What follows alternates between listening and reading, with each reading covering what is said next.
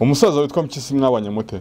Twabanye ni muntu ki kuri wowe ishuri gitwe ni umubyeyi wanjye ni umubyeyi wanjye rwose teka ryose bavura inzara igakira ariko umurengwe ntuvura ako kandi mbuko kitwa murakumva oya turirimbira aho twumva ubukwe bwo mwisi butera amatsiko nyamara bwuzu yemwe imiruho dufite ubukwe tuzataha mu ijuru bwa Yezu Kristo n'itorero rye gusubiramo niko se wowe shuti warararitswe nawe uriteguye none kwakira Yesu mwami azatwambika imyambaro yera tugeze iwacu twateguriwe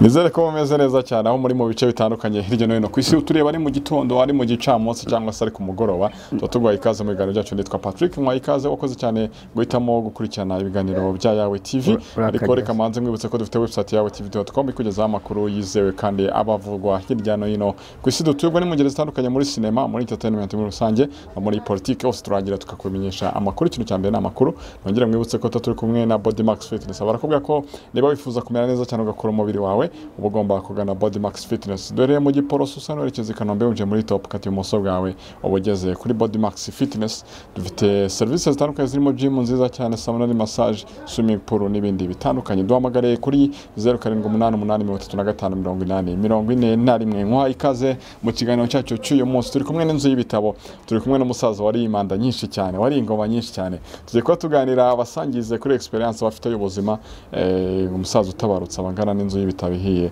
uraza kusobanukirwa inshuti uraneza mzee ndaho rutagungiranira namahoro nyine nkwampaye wari ingoma nyinshi pe wavutse ku ngoma ya Musinga ajya mu Kinyaga yanze kwambara umudari arababaza ati umudari munyambika uyu umuntu ushushanijeho ariho bati ntariho yazize iki ati yazize bene wacu yego Musinga ati none mwica umuntu mukaza kunyambika inzigo abahitana bamujyana mu Kinyaga icyo gihe mu 1933 niho navutse nibwo wavutse mfite imyaka 88 y'ubukuru inyuma yawe himya abami bangahe himya Rudahigwa na Kigeri hakurikiraho Kayibana na wa Mukigabiri Habyarimana urashaje muze urashaje rwose ingoma nyinshi ubuzima bwawe busangiza umuntu gute ubuzima bwanjye kuba nkiriho ntabwo nahinze cyane imyaka 29 nakoreye abanyamerika b'Abadventiste sinahingaga abanyamerika b'Abadventiste bari baraje mu Rwanda ngo 1953 nari ndangije umwaka wa 8 gitwe yego wizi gitwe nkora mu cyiciro cya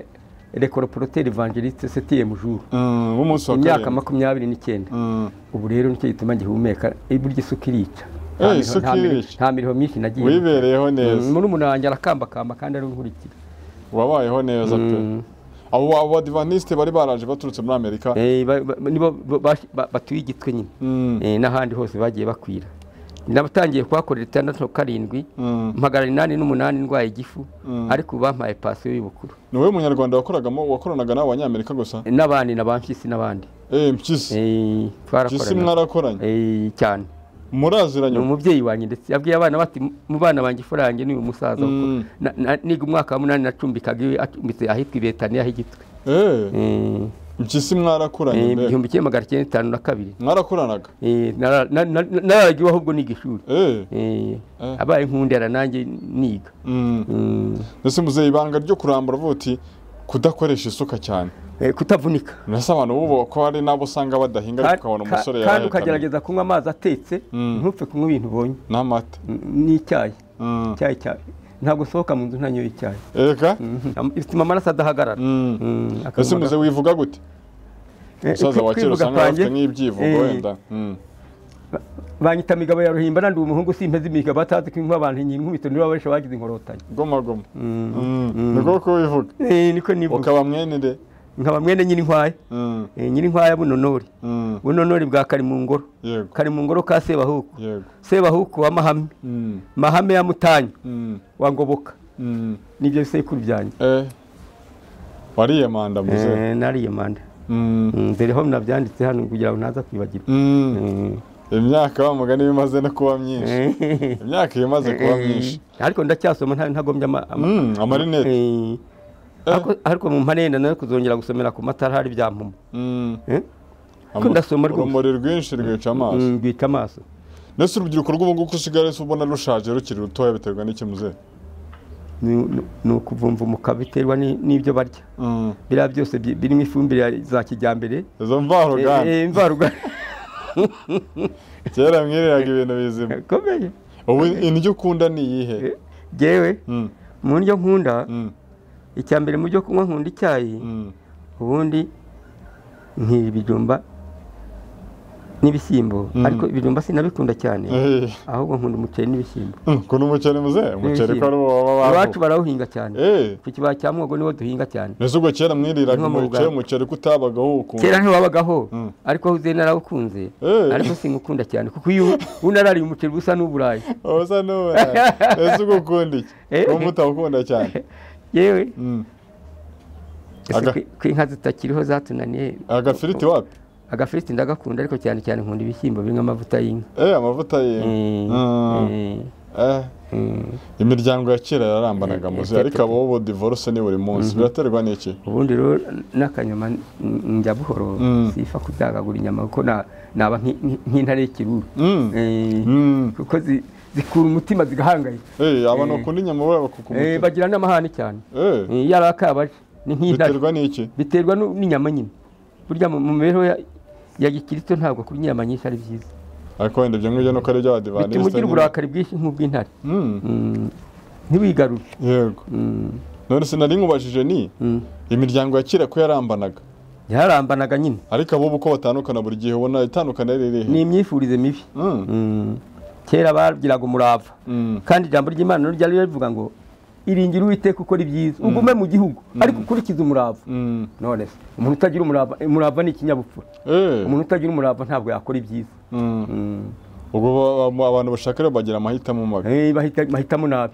Bakunda no kuba baterana amagofe, bagashotorana, ariko uwiringira Imana kandi akagira umurava abafite ikinyabupfura kibaho umuntu wese. Kandi Yesu yaravuze ati ushaka kuba mukuru muri mwe abe nk'umugaragu w'abandi. Umusaza witwa Mpyisi mwabanye mute? Twabanye ni muntu ki kuri wowe? Ishuri gitwe ni umubyeyi wanjye. Ni umubyeyi wanjye rwose. Nabaye nkurerwa nawe niga ishuri. Wamusobanurira abantu gute? Ni muntu ki? Ni umugabo wabayeho kera, yari umujyanama wa Rudahigwa. Nuba abantu bose bafite ibibazo arabahanura. Kandi ni umukristo wuzuye. Arahanura. N'umuhanuzi izitagira mukuru, uwo mugani urawuzi? Oya. Ngo izitagira mukuru zirumba ari indara. Izitagira mukuru zirumba ari indara. Ubwo bivuze iki? Ni ukuvuga ngo ibishyimbo birumbye mu rurabo ntabwo biba bikeze. Umwana apfa mu iterura. Iyo utafite uburere bwiza ntabwo ubaho neza. Inzu burya muri fondasiyo niho bihera. Inzu nayo ipfa muri fondasiyo. Inzu ikomerwa na fondasiyo ibikomeye. Ibikomeye. Haleluya. Nawe se urahanura? Iyo mpano ya Mpyisi nawe umukuru ntumuhera ko azagumuhera ko azaguhanura. Nanjye nahanura abana bato nkababwira gahunda zikwiranye nuko naho ngereye. Umukuru n'umuhera ko azaguha? Umuhera ko azaguhanura. Asugo guhanura. Guhanura ni uguhugura. Ni uguhugura. Hari abantu bumva nyine ko guhanura hari abantu bumva ko ari ukubwira umuntu bizamubaho. Ijambo ry'Uwiteka riravuga ngo hana uteshye uhugure. Ni amabwiriza y'ingenzi. Hari abantu bumva guhanura bakajya ngo ni nko kubwira umuntu ibintu bizamubaho. Nabwo Imana yatumaga abahanuzi babo kuburira abami bitwaraga nabi. Umuhanuzi akababwira ibizabaho ahubwo babigwamo. Ariko aho Uwiteka akabaramira kuko bamuvugiraga yabatuma. Muze ntabwo biba byoroshye kumara iyo myaka yose. Ndakuze. Ufite abana, ufite abuzukuru. Abana n'abuzukuruza. N'ubuvivi buri hafi. Buri hafi. Kugira imyaka nk'iyo wagize. Umwana w'ifura yanjye yavutse 1959 mu kwezi kwa mbere. Nawe ni muze. Ni umusaza ndetse iyo turi kumwe bavuga ko ari n'umuntu wanjye. Atuye mu Bugesera hara ku Ruhura. Iyi myaka ugejeje ubona byoroshye ko ubu yayigeza? Simbizi ko bizashoboka ko barirukanka cyane bagatora uruzi se ntakomeye. Uridade? Ariko sinzibuha. Ariko nkumva nkomeye. Abo bo bigenda bite? Babyibuha cyane bigatumbagira. Nibyo bituma basaza. Dore mpaguruka ntigize mfata intebe. Urakomeye cyane ahubwo wagira ngo kandi nakora n'agasiporo. Nkongera nkagirana. Nibyo. Muze urakomeye. Nkomera Yesu niwe nzira n'ukuri n'ubugingo. Nkomerwe na Yesu. Nawe ujya kwa data atamujyanye. Nawe igitwe se bahize biki? twigaga mu Giswahili ubu n'Agaswahili urakazi? Ndakumva cyane. Habari gani? Njema. Anasemaje? Unatangazaje? Watangaje wetu. Icyo gihe mwigaga mu Giswahili mwigaga ibyitwa ngo iki se? Ubu wenda amasomo y'ubu ngubu twari dufite ibitabo twigiramo bivuga ngo futa maharifa. Bivuze ubwo ngo shaka ubwenge. Futa maharifa. Ubwenge rero waje kubona nabushakashatsi ndaguma buza gahoro ni bumwe Salomo yatse kandi mu Gifaransa no twari dufite ibitabo bitwa ngo la santé par les aliments, ubuzima buterwa n'ibyo kurya. La santé par la plante, la santé par les aliments, ubuzima buterwa n'ibyo kurya. Ubuzima buterwa n'ibyo kurya. Nongo abantu ibyo barya nibyo bivamo ubuzima. Bivamo imbaraga. Kurya imvange. La santé par les aliments. La santé par les plantes. Par les aliments. Plantes c'est byo sibyaho. Nabyo savabye. Na conseil d'immédiat. Amabwiriza inama za muganga nazo kuzikurikiza ni ingenzi. Harabanze gufata inkingo bishuka, ariko icyo leta n'umubyeyi icyo leta igaragaje uragikurikiza. Abo banga gufata inkingo so umva bavuga ko biba biterwa n'iki? Ngo ni uburokore, ngo ni ibimenyetso n'ibindi nk'ibyo, ariko ntabwo ibyo wabikora. Leta n'umubyeyi turi abana bayo, igomba kureba ikizaduhuta ikadukingira cyangwa ikadufata neza. None se muze kuri icyo kintu uvuze ngo kibihe ibintu by'imperuka bivuga iki? Ibintu by'imperuka igihe wakuriye wumvaga bataba ko Yesu aje? Bavuga ko Yesu aje. Ufite imyaka mike cyane. None nawe n'umunani 90 uri urayingayinga. 1948 nari mu mwaka wa 3 w'ishuri. Bavuga ko Yesu agiye kuza. Ari karibu tena. Ariko noneho bagiye kuza.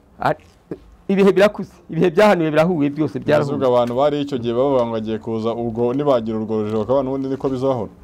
Ariko ijambo ry'Imana ratubwira ngo uwo munsi n'icyo gihe ntawe ubizi, ngo naho baba abamarayika bo mu ijuru ntibabizi keretse data wenyine. Niko Yesu na Yesu Kristo niko yavuze. Uwo munsi n'icyo gihe ntawe ubizi, naho baba abamarayika bo mu ijuru ntawe ubizi keretse data wenyine watwese ari w'Imana. Ibintu by'imperuka bivuga iki? Numva ubuhanuzi bwemeza ko imperuka izabaho. Imperuka wumva ari nk'ibihe bigeze bitose. Ni ibihe birangiye. Abantu bavuga ngo uyu muntu ngo apfuye ngo imperuka y'ibintu oya hahirwa bapfa bapfira mu mwami, kuko mu gitondo cy'umuzuko kizabaho. Na Yesu Kristo niwe. Hari abantu baba batabyumvira Yesu Kristo niwe furaho kuzuka. Hari abavanga ujyana ngo byo kuzuka ngo bizabaho. Furaho kuzuka ni Yesu Kristo. Uko yihanuye avuga ati nzamara iminsi 3, maze iminsi 3 mugize witwa Doroka yari yapfuye. Yesu azu witwa Lazaro nawe yari yapfuye. Bavuga ngo ntuhegereranuka. Lazaro ko yongeye agapfa. Yesu yarabwiye ati ntiyapfuye ahubwo yasinziriye. Nyuma yanyu uko yasubiye mu bitotsi nyine, ariko azongera azuke ku munsi uzaheruka. Ntabwo yapfuye, yarasinziriye. Hahirwa bapfa bapfira mu mwami Yesu. Ntabwo biba byoroshye. Ariko bamwe bavuga bati rwose nta byiringiro. Ibyiringiro birahari. Bati ntabwo bishoboka ibintu no kugira ngo nyine abantu babumve nyine bari batuje, igihugu kigira umutekano uko kikubwira ko kudakora ibibi. Ijambo ry'Imana ratubwira ngo ibyiringiro dufite bigira agaciro kenshi kuruta iby'iyi si by'imbura mu muriro bijya bishimisha benshi. Dufite ijwi ry'ihumure ritwereka ko Yesu yabanje gupfa akazuka, ari we furaho kuzuka, abamwiringira nabo bazazuka bapfiriye mu mwami. Ariko abantu bumva bavuga Imana gute? Abantu bamwe barashidikanya kubera intege nke za kimuntu, ariko harabemera by'ukuri. Ariko abantu bashidikanya bumva hari rezo bafite cyangwa hari impamvu yatuma bashidikanya, bakabihuza no kwa Tomasi. Tomasi nawe ngo ntabwo yemeye ko yazutse. Yemejwe nuko abonye. Hari abemera batarabona. Hahirwa umuntu wizera icyo atarabona, niko ijambo ry'Imana rivuga. Hahirwa umuntu wizera icyo atarabona. Mbese abantu nyine bavuga Imana bitandukanye kuri kwabo ko nukuye. Abantu bavuga Imana bitandukanye ni nkuko mu bantu hatabura uruntu. Bamwe barayoboka abandi ntibayoboke. Ko hari abandi gufata izi nkingo kandi twe twarazifasha. Abantu ntibashoboka. Abantu bananiye n'Imana. Amaherezo ubwo. Amaherezo yabo ni ibihano. Nuse abantu bavuga bati ko si Imana, hari umugusore twekwana ngatse Imana ikora ibi bibaho. Ngo Imana ngo yarimboye ahantu. Umwanzi w'ibyiza ni shitani kandi bararwana ari intare ziritse. Satani ni intare ziritse. Ariko Satani nawe ko yaratsinze. Kundi ruhande nawe hari imbaraga afite. Ibwami ngo bavuga gute? Ngo bari ku musego w'umwami ngo bavuga iki? Abasigize nko basigiraga. Bati iki? Bakabwira umwami bati umwami si umuntu bantu yahaye inka nubwo mubona yica umuntu agakiza undi umwami ni inkuba akaba hejuru yego niko umusizi yavugaga twigarukire ko muri icyo gihe cy'abami abami babayeho igihugu kije kugira abazungu barakizamo na repubulika ariko repubulika yaje wenda nyuma gatoya twigarukiye kuri iyo ngoma ya cyami abazungu baza kugira mu Rwanda gute abazungu baraje bageze mu Rwanda Musinga abagirira isave niho bubatse bashaka no kubaka n'ahandi hari hose mu kare ko bahubatse nyine hafi hari abapadiri bubatse yego abamisiyoneri ariko Musinga bagiye kumwambika umudare arawureba arawitegereza none se uyu muntu mu mpaye kuri uyu mudare ariho yego bitewe n'umuntu yabonaga ku mudare ati ntariho yazize iki yazize bene wacu none se muri iki umuntu mukaza kunyambika inzigo Musinga yanga kwambara bamujyana mu Kinyaga umudare arawanga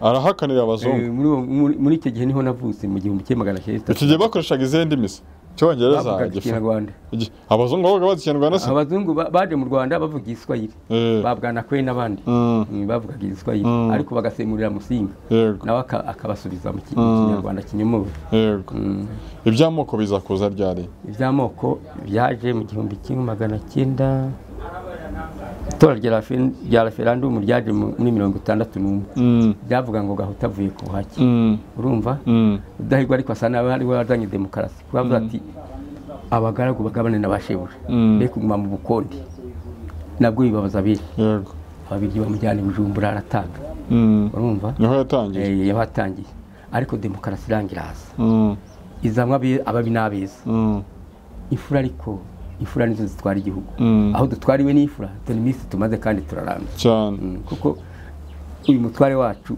yanga umuntu usuzugura undi urumva aravuga ati umuntu ntiyaha agaciro namwe mukamuhe umuntu wiyambuye agaciro ntagahabwa yego umuntu yiha agaciro cyaka kiyaka imikorere yabo bamoko bagendaga bakurikirana hari bagendaga basana bavurungana izo ngoma z'abari abanyaruhengeri n'abandi uko n'abari abanyamarangara ariko ubu ngubu twabaye nk'abaruhuka nubwo habaye akaga ariko ubu dufite ubuyobozi bwiza ingoma yakubereye nziza cyane yari iyi ni irengeje iyi ni irengeje tube turi ku muya cyami tube turetse kujya mu ya repubulika ingoma ya Rudahigwa ari ingenzi ni ibihe byiza byabaye mutazibagirwa ntabwo nzabyibagirwa na rimwe Rudahigwa yaravugaga ati abantu bahatse abandi biguma mu buhake nibagoboduke bagabane bikorere nabo bishyire bizana yego ni yabizira atabizira ariko arifura yatwitse neza cyane abatura abantu mu bubata none se kera muri iyo ngoma ya cyami tuza kujya muri repubulika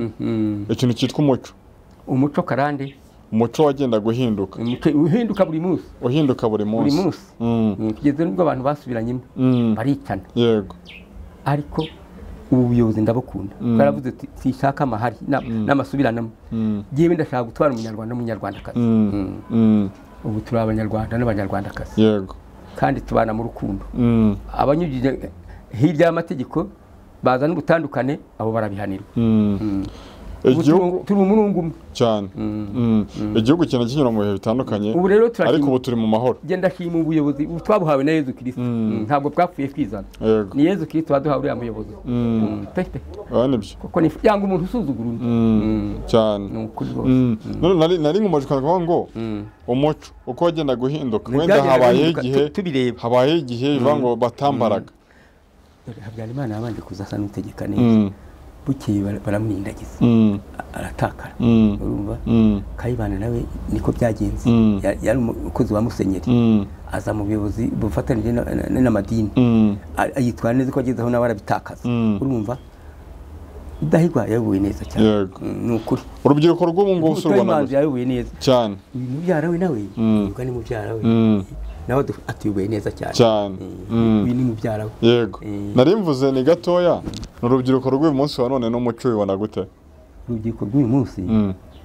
ni rwiza kuko ndabibona bafite umuyobozi inka zitukwamo inkuru urumva iyo abantu bahaye metode barayikurikira umumenyereza umwana inzira akwiye kunyuramo azarinda asaza atarayiva dore inka zitukwamo inkuru iyo umuyobozi ari mwiza n'abamukurikiye babeza nari mvuze ni kwa kantu umuco bavuga bati abana b'uyu munsi nta kinyamfura bakigira imyambarire nayo utabonye idasobanutse. Oya n'abagore babonaga ko nta gaciro bagiraga ariko umuyobozi yabaha agaciro bati nibo babyara abantu nibo barera abana bacu kandi bakababazwa n'ibise byabo nubaha agaciro kabakwiye. Yego baragaha kereka nibarengwa bakakiyambura se umuntu avura inzara haruvura umurengwe. Oya umurengwe utegwa n'iki? Inzara iravurwa igakira.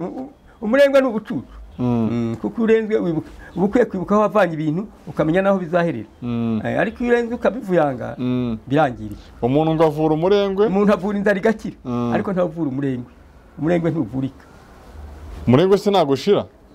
Umurengwe nyine ntagushira wenyine umara n'ibintu bya nyirawo. Ariko inzara irashira. Ariko umurengwe nagushira. Oya nuko hari umuntu inzu yahiye byamurenga byamuragara ngo inzu yarahiye abonye umwotsi ucumba ati nimusatse mbanze nduhukeho gato kandi aruzi umuriro wafashwe. Urumva se iteka ryose bavura inzara igakira ariko umurengwe ntuvura. Ntabwo byoroshye mwana wanjye. Ariko navuga ko ni experience ndende n'uburambe warabonye byinshi. Ubuyobozi bwiza ni ingenzi butigeza ku gaciro kanini. Yego cyane cyane umuntu arishyira akizana akurikira amategeko. Byose ni mu mategeko. Haleluya. Imana byose iti ku murongo. Haleluya mwana wa. Ubu uracyajya gusenga se cyangwa umaze gusaza? Njya gusenga uretse ko ahesha isengero zikinzwe kubera covid. Yego ariko iyo isengero zibonetse ko bone ibyangombwa hari urukarabiro hari ibindi n'isuku cyane tujya gusenga. Ndacyagenda gasenga kandi niyo wanjye ndasenga. Ntabwo ndyama ntasenze ntasomye Bibiliya. Yesu abigishwa be bakiye mu mirima y'amasaka ku isi baca amahundo barahekenya. Abafarisayo bahamagara Yesu bati bira abantu bakoze n'ibiki. Yesu ati kijya mu nda ntigihumanye ahubwo hahumanya amagambo bavamo asebanya. Ati ntimwibuka ko Dawidi yari imitsima yo kumurika asonzanya n'abagaragu be kandi yaribwaga n'abatambye ko ntacyo yahaniwe. Muze abantu bajye banywaho gake. Kurya no kunywa ku rugero ntabwo ari icyaha. Ikibi ni ukurenza mbiga. Icyaha no gusinda. Kandi nkubwire utanyoye n'inzoga ukarya n'ibyo kurya ukarya nabi warwara ubwangati. Nabwo bwira guhita ubusinzi bw'ibyo kurya warya. Akazana wakira warwaga ubwangati n'ikirungurira. Abo ni abanyamururumba nibo barwara ubwangati. Ikirungurira hawara kirungurira aboro batagira amata. Batagira amata. Muze tugerege kwa kantu ko kunywa. Abapasiteri bo nabo basigaye basomaho. Mu bwenge. Hari umupasiteri wacu wanywaga inzoga yitwa Andereya Murama tukamubaza ati mu nama zitetse pastor kunywa inzoga ntibazakunyaga aterega bashaho umuntu ntanyagwa n'icyaha umuntu anyagwa n'igihe ubuse ntiyisaziye muri pastor abana be ntibatuye muri Amerika. Namshisa asomaho buriya. Oya nta nabikinisha. Oya nuko aze kutamukurikije kutamukurikije nawe ngo reke gusoma biterwa naho n'imiturire. Imiturire terega n'ikibiti. Reka tuba turagana ku musoza yo kugira ngo tunakureke wa mugani ubu ni isaziye usana nyine inkwatwa bakuri ingofero ariko. Yego usubayeho ute ubuzima bumeze gute ubu ngubu? Ubuzima ni buke napfushije umugore mu 1900 mu 1917 tariki 21 madamu namurongoye mu 1957 ndangije umwaka wa 8 gito. Apfa ryari? Apfa mu 1917. Oya muri 2017. Gaho nambagiye mibare atari mihoro 2017. Nambaga rwose warashatse utarabaho. Ubu imyaka 4 nyimaze ndi jyenyine. Nabwiye Yesu niwe igisubizo cyane sinashobora kurambagira abana bangana n'abuzukuru banjye kandi sinabona umugore kereka urengera imyaka 45. Ntabwo wakishumusha akana gato se? Oya ese ntabwo ujya ubibona muze? Nabyarira abana mu bandi. Ntabwo ujya ubibona se? Oya bene ako ntugatunga kigira hirya mu rungano kakaguta. Reka kigira mu rungano unagendera mu nkweto imukwira. Ntabwo ujya ubibona se muze? Ntabwo ujya ubona abasaza bashatse abana bato ugendera mu nkweto itagukwirika kurya. Inkweto itagukwirira kurya maze rero ukwiye kugenda mu rugero rukwiranye nawe. Ubu ntabwo uzongera gushaka nintabona umuntu uhwanije nk'abakaba ku myaka sinzamubona. Usura cyarambagiza muze wo mu ndambagira ashaka iki? Nezo umukecuru azakwizanira. Oya harubwo nabona inshuti zikarwanaho. Muze reka tukureke wakoze cyane kutuganiriza rero. Sinzi hari ikindi kiri ku mutima wabwira abantu hanyuma twasoza. Icyo mbabwira ibi bintu tureba ntibyiremye. Ibintu byose bifite umutwaro ukomeye. Yego ni data wa twese wo mu ijuru.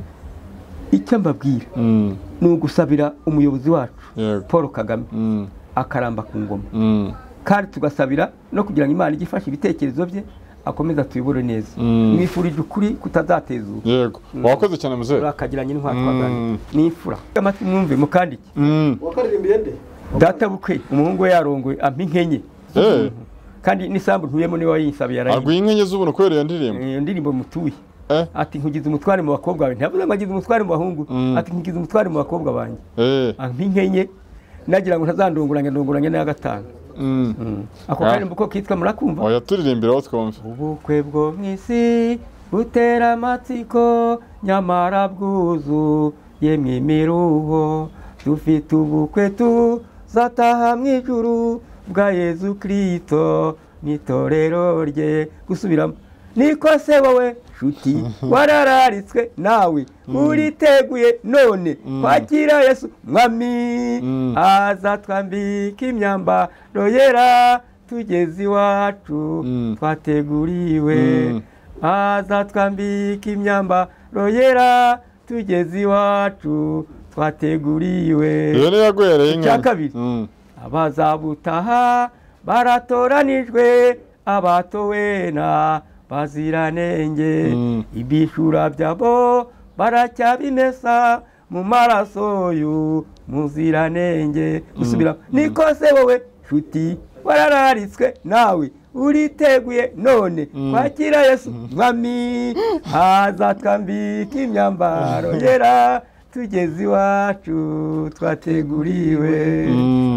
Nzahimbaza Yesu kuko yamfiriye nzahimbaza Yesu nje mubonerera gusubira arambwira neza mu mutima wanjye ndamukoma ngarumva arakingura ati uruwanjye nimucyo twitegure shuti ijuru rirakuze cyane abantu babwiriza ubutumwa twitegure by'ukuri hose tujye mu bwami bwe mw'ijuru. cya kabiri Yesu yaratsinze nitumwizigira tuzabona impano ituma dutsinda arambwira neza mu mutima wanjye ndamukoma ngarumva arakingura ati uruwanjye nimucyo twitegure shuti ijuru rirakuze cyane abantu babwiriza ubutumwa twitegure by'ukuri hose tujye mu bwami bwe mw'ijuru. Haleluya rutaguriye Imana bahumugisha urakoze cyane kadushimira nandi mwe mudukurikiranye tuvuga ngo amahoro y'Imana abane namwe mukomeze kandi ngeze mu zabukuru ntabwo mugera ku bantu yego muzarwane usaze neza cyane nubaha Imana kandi nubaha n'abantu amena urakoze cyane